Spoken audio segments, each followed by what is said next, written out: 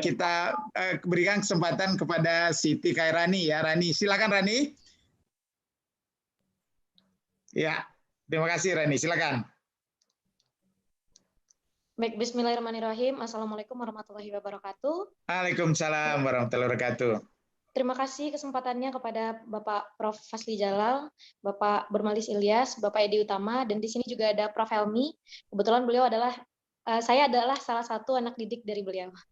Baik, dalam kesempatan yang berbahagia ini, saya ingin menyampaikan singkat saja. Jadi berawal dari punya banyak keinginan. Jadi memang sejak tamat tahun 2017 saya punya banyak keinginan, ingin punya bisnis, ingin menjadi dosen, ingin menjadi penyiar, hingga saya berada di satu titik di mana waktu itu memiliki keinginan untuk merantau.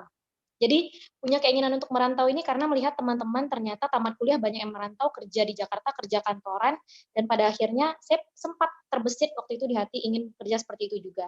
Sampai akhirnya saya sampaikan kepada orang tua, dan orang tua saya mengatakan bahwa jika memang ingin ke Jakarta, orang tua saya yakin bahwa saya bukan tujuannya ke Jakarta untuk kerja kantoran, tapi hanya ingin merasakan Jakarta itu seperti apa. Karena memang kebetulan sejak SD sampai SMA hanya ketika TK saja saya pergi ke Jakarta bersama orang tua.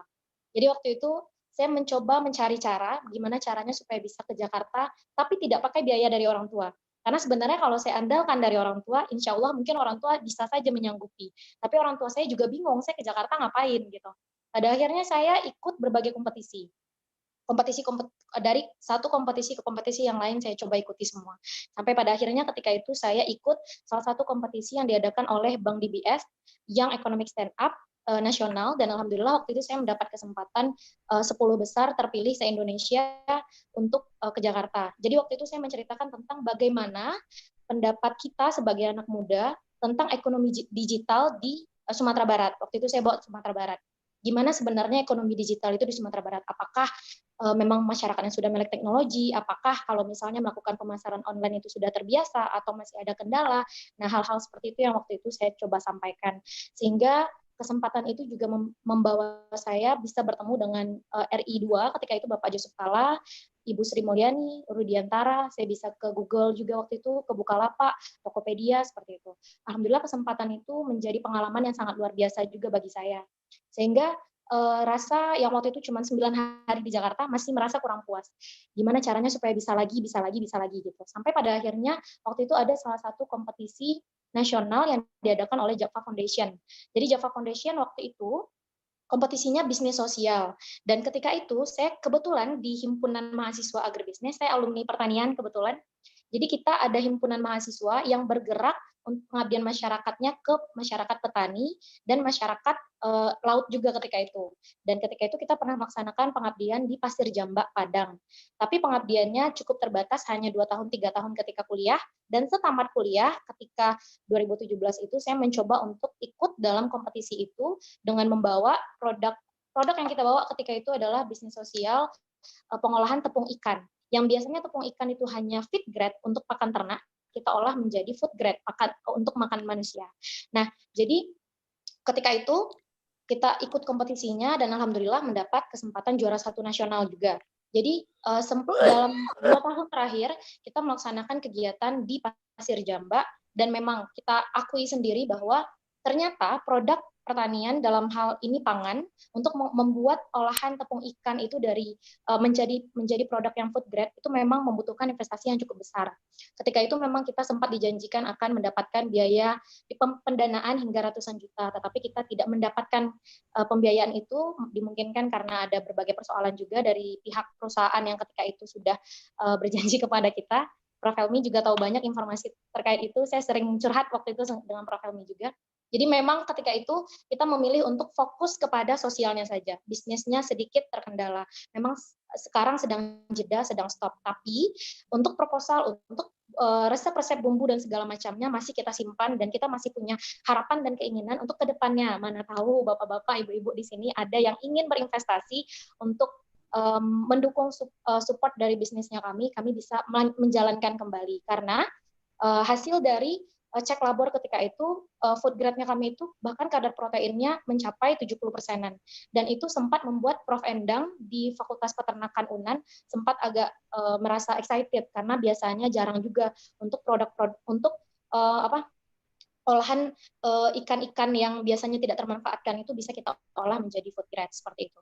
Nah, sehingga pada akhirnya membuat saya menjedakan bisnis sosial tepung ikan saya saat ini di tahun 2020 dan saya memfokuskan kepada bagian sosialnya. Masyarakat Pasir Jamba masih tetap kita bangun hubungan-hubungan yang baik dengan masyarakat Pasir Jamba. Itu yang pertama. Yang kedua, pada akhirnya saya melihat bahwa saya juga saya sadari bahwa saya juga butuh ilmu tambahan, saya butuh meningkatkan kembali kapasitas saya, sehingga ketika itu saya berpikir bahwa saya butuh cari modal saya dari berbagai cara, apakah itu dengan saya bekerja kah namanya, atau saya dengan tetap menjalankan bisnis kah namanya. Jadi pada akhirnya saya sekarang salah satu aktivitas kegiatan saya juga di PLUT KUMKM namanya, Pusat Layanan Usaha Terpadu Koperasi Usaha Mikro Kecil Menengah. Nah, di sini saya statusnya sebagai konsultan, bagian kelembagaan. Jadi bagaimana caranya supaya UKM-UKM yang ada di Sumatera Barat, saya sudah merasakan ketika saya berbisnis, saya menjalankan bisnisnya, kendala yang saya hadapi seperti apa, saya ingin ketika UKM-UKM yang kita dampingi di PLUT ini tidak merasakan hal yang jatuh juga seperti yang pernah saya rasakan sebelumnya. Dan di sini kita ada 7 konsultan, kelembagaan, SDM, pembiayaan, kerjasama, IT, pemasaran, dan produksi. Dari 7 bidang ini rata-rata kita anak-anak muda semua, seumuran dengan saya juga. Jadi kita bergerak untuk mendampingi UMKM dan di sini kita melaksanakan kegiatan-kegiatan yang cukup inovatif. Kita baru PLUT UMKM ini di Sumatera Barat ada 2, di Padang dan di 50 kota. Kalau untuk yang di Padang ini baru sejak Agustus 2019 dan berarti baru 1 tahun di tahun ini. Dan kita alhamdulillah sudah mendapat apresiasi juga dari tingkat kementerian karena melihat bahwa aktivitas dan kegiatan-kegiatan yang kita lakukan cukup inovatif. Bahkan ketika itu kita mengeluarkan ide bahwa UKM ini perlu dilakukan kurasi. Kurasi ini UKM ketika mendapatkan pelatihan, dia harus mengetahui sebenarnya kurangnya produk saya ini apa, lebihnya produk saya ini apa, harus ditingkatkan di bagian apa. Nah, hal-hal seperti itu yang coba waktu itu kita maksimalkan dengan kawan-kawan, dan ternyata konsep kami dipakai oleh kementerian untuk PLUT se-Indonesia menggunakan sistem kurasi tadi seperti itu. Nah, itu singkat cerita tentang aktivitas kegiatan sekarang dan masa lampau. Selain itu, saya tadi cukup menarik melihat di kolom komentar, Bapak Ibu tadi mengatakan bahwa wah alumni pertanian tidak ada nih yang bergerak ke pertanian, tidak ada yang memperhatikan hasil olahan kelautan seperti itu. Saya pribadi sebagai alumni pertanian sedikit merasa enggak, saya ada kok seperti itu, karena pada saat sekarang kebetulan saya alumni pertanian, ayah saya juga alumni pertanian, kakak ipar saya juga alumni pertanian. Kita sekarang sedang membangun sebuah konsep pertanian yang terintegrasi, tetapi sekarang masih dalam skala yang kecil tetapi sustainable. Jadi kita, kalau misalnya Bapak Ibu mau pesan buah naga, silakan bisa pesan ke saya. Kita cuman sekali teriak saja di Instagram atau di WhatsApp, itu pesanannya sampai puluhan kilo seperti itu. Bahkan sekarang kita juga sudah membangun kemitraan bekerja sama dengan petani-petani yang ada di 50 kota terutama untuk rempah-rempah, jahe itu juga kita sudah ada. Kemudian kita juga ada keripik rendang telur. Jadi kebetulan di daerah saya di 50 kota itu memang rendang telurnya dari hasil kurasi kita termasuk salah satu yang terbaik ketika itu, dan kita coba untuk merepatch menjadi rendang telur mini, dan itu sudah saya coba untuk jualkan juga seperti itu. Mungkin singkat cerita itu saja dari saya. Mohon Terima kolaborasi kasih dan banyak, mohon dukungannya Rani. juga. Tepuk tangan untuk Rani ya. Nanti kita kembangkan. Dan kita lanjut dulu kepada Rani. Silakan Rani. Ya, silakan.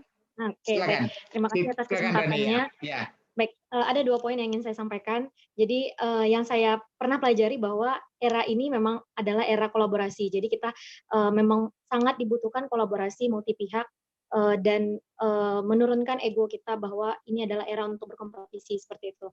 Karena kalau misalnya seperti kami anak muda bekerja sendiri, melakukan semuanya sendiri dengan sebatas kemampuan yang kami bisa seperti itu. Kami juga membutuhkan saran-saran, masukan, support, dukungan dari bapak-bapak tentunya. Itu yang pertama. Yang kedua, kita mengenal bahwa sekarang adalah era society 5.0. Jadi kalau kemarin kita hanya mengenal 4.0, sekarang ada 5.0. Memang society menjadi satu poin yang juga sangat penting untuk kita perhatikan seperti itu.